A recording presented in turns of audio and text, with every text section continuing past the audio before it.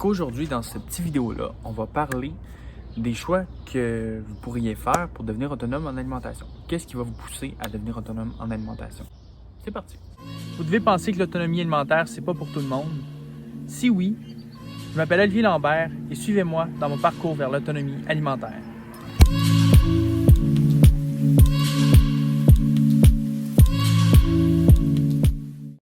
Il y a des points forts que j'aimerais vous parler de l'autonomie alimentaire. Donc, il y a 4 grands volets qu'on va parler aujourd'hui. Dans le fond, c'est tout ce qui est autonomie alimentaire. Qu'est-ce que ça va apporter de bon dans la planète, dans votre vie. Puis, je vais parler à la fin aussi de mes choix personnels. Pourquoi je suis devenu autonome en alimentation. On commence avec le premier point, qui est la diminution de l'empreinte carbone. Donc, c'est sûr que quand vous achetez des légumes qui viennent du Mexique, du Guatemala, de la Californie, ben ces légumes-là, ils sont transportés soit en avion, peut-être par bateau, je ne suis pas sûr. Ils sont transportés en ferroviaire, sont transportés par des camions. Donc, tout ça, ça a une empreinte carbone assez élevée parce que, on s'entend, le camion part de la Californie, ça en va jusqu'au Canada. Centre de distribution, ça part, ça s'en va jusqu'au Maxi, IGA, Métro et compagnie. Puis après ça, vous allez chercher votre légumes à l'épicerie. Bien, si on fait juste aller chercher le légume dans notre champ, on garde juste cette partie-là. Surtout que si votre champ est dans votre cour, bien, on vient de fermer la ligne. C'est sûr qu'il va toujours avoir une petite empreinte carbone à vos légumes parce que vous pourriez faire venir de la terre, vous pourriez acheter ça prend des outils pour travailler à terre.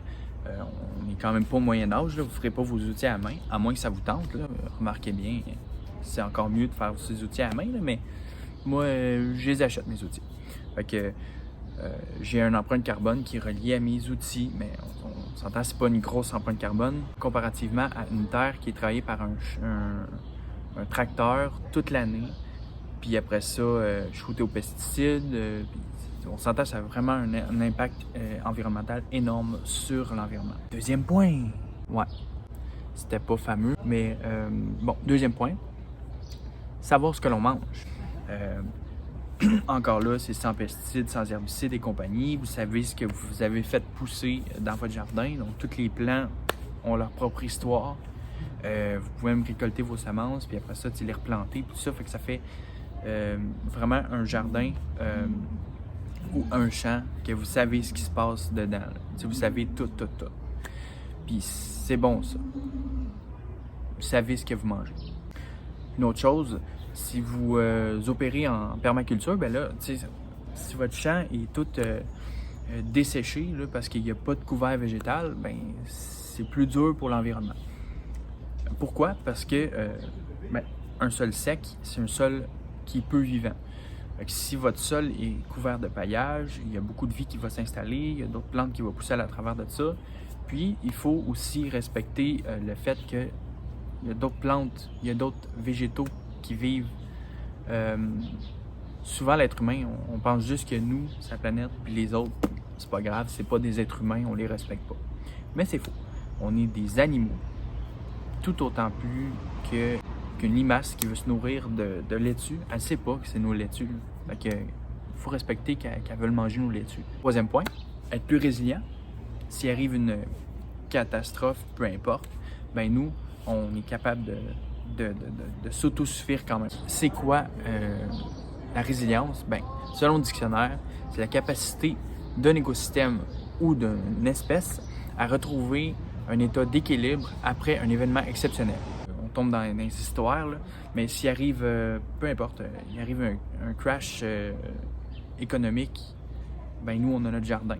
S'il arrive pénurie de pétrole, on est capable de se nourrir encore. Donc, on ne dépend pas de plusieurs industries pour s'alimenter.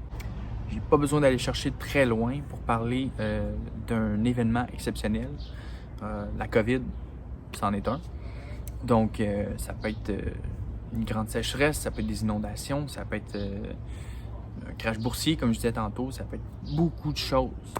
Fait que l'événement exceptionnel arrive, paf, il y a beaucoup de gens qui n'ont pas d'alimentation parce qu'ils dépendent du système. Puis nous, étant un petit peu plus déconnectés de ça, on est capable de s'autosuffire puis de manger. D'assurer aussi un lendemain à notre famille. Fait que ça, c'est un petit plus dans notre vie, là, t'sais. La quatrième, et non la moindre, c'est le volet monétaire, si on peut dire ça. Ça va vous faire des économies. Mais c'est sûr que ça ne fera pas des économies la première année. Parce que la première année,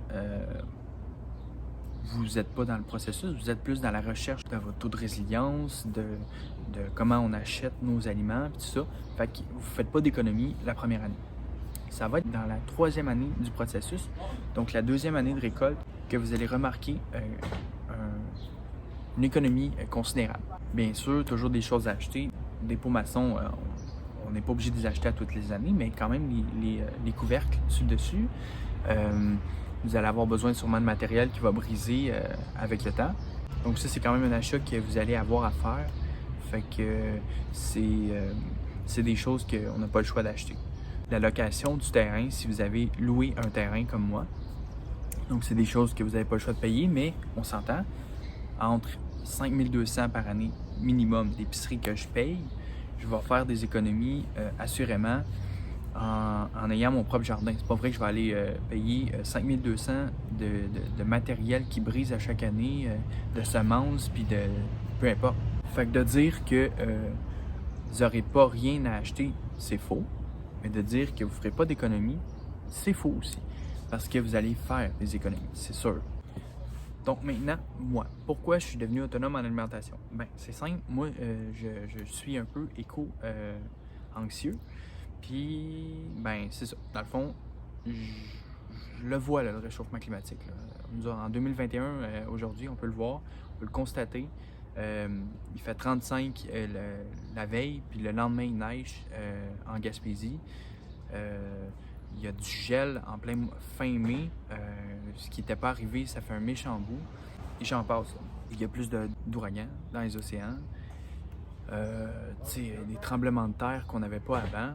Fait que tout ça, là, c'est beaucoup de choses qui nous envoient des signes que le réchauffement climatique est vraiment là. Je pense qu'il faut agir. Puis si une personne devient autonome en alimentation, ça fait déjà ça. Si 500 000 personnes deviennent autonomes en alimentation sur la planète, ça fait encore plus de missions d'accompli. Si 8 milliards de personnes deviennent autonomes en alimentation, ce que je souhaite, mais que je pense pas qu'il arrive, ben là, à ce moment-là, on réduit au maximum notre empreinte écologique. On sait que l'agriculture, c'est la partie où est-ce que ça pollue le plus. Fait que j'ai pas les sources, mais j'ai déjà lu ça dans un livre, donc peut-être à voir là, avec les statistiques, mais je sais que ça pollue énormément l'agriculture. Puis je pense que les cultivateurs, s'ils changeraient leur mode de culture, donc plus faire juste de la monoculture, plus mettre de pesticides, plus mettre d'insecticides et compagnie, c'est sûr que ça baisserait leur volume de vente. Mais le problème n'est pas là. Eux, ils ont besoin d'argent. Fait que c'est normal qu'ils fassent tout leur possible pour faire le plus d'argent possible. On s'entend. Le problème est là. Le problème est que les cultivateurs ont besoin d'aide. Mais les gouvernements, ils n'entendent pas ça. Fait que les cultivateurs devraient devenir autonomes en alimentation. Ils vendent leurs parcelles de terrain divisées pour que les gens puissent s'autosuffire eux-mêmes aussi en alimentation. Les cultivateurs n'ont pas de main-d'œuvre. Fait qu'ils sont obligés d'y aller avec ce qu'ils ont. Puis c'est sûr que moins qu'ils ont de main-d'œuvre pour s'occuper du champ, moins ils peuvent faire une culture biologique. Si tout le monde cultive sa propre parcelle, le cultivateur étant aussi là-dedans, qui cultive sa propre parcelle, à ce moment-là, l'empreinte du champ, l'empreinte écologique du champ baisse considérablement parce que tout le monde a une certaine main-d'œuvre, tout le monde s'occupe de sa parcelle, puis le champ peut maintenant avoir des centaines de personnes qui travaillent dedans. Fait que voilà, c'est ma vision des choses, c'est pourquoi je deviens autonome en alimentation. Bon, c'est sûr que le fait d'être plus résilient, puis le fait d'économie d'énergie, d'argent, ça fait partie aussi de ça. Mais je vous dirais que le plus haut là, dans ma liste, c'est le fait de baisser mon empreinte carbone par rapport à mon alimentation. Voilà, fait que si tu te reconnais là-dedans, si tu veux faire des économies d'argent, si tu veux être plus résilient, si tu veux faire baisser ton empreinte carbone, ou bien tout simplement savoir ce que tu manges, ben à ce moment-là, je t'invite à t'abonner puis à suivre mon parcours. Pas beaucoup de contenu québécois dans l'autonomie alimentaire. Fait que je t'invite à t'abonner puis à me suivre. Voilà, fais un petit pouce bleu puis abonne-toi. Bye bye. Pourquoi je reste en ville? Ah!